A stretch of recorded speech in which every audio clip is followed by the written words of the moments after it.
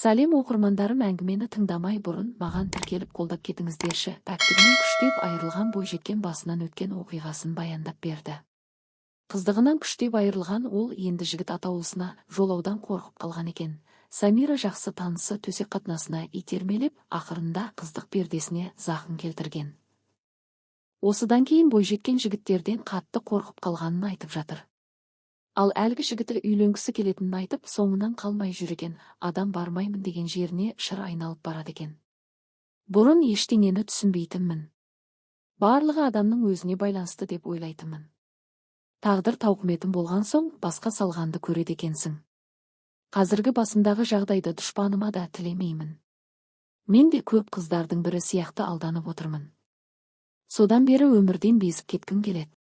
Аманатына қиянат жасаймын ба деп Алладан қорқамын.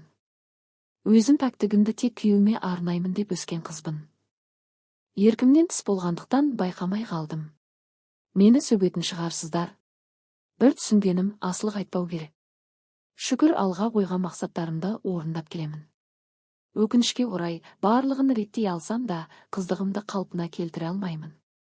Қанша жерден керемет болсам да, арымның кірлегеніне өкінемін. Болашағымды ойласам, тіпті қорқамын. Тұрмыс құрмай өтетін сияқтымын. Қазір қыздыққа қарамайды деп жатады. Бірақ менің оған арым жібермейді екен. Ендігі мақсатым мансап жолында өрлеу.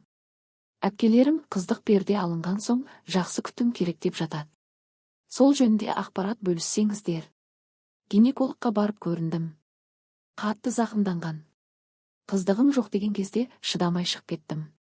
Көп қан келген болатын. Өзім де ауырып жатып қалдым. Қазір жігіт атаулысын жек көремін.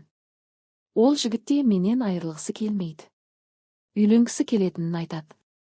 Бірақ мен қатты қорқып қалғанмын, тұрмысқа шыққым келмейді. Не істесем болады? Өз ойларыңызды жаза кетіңіздер.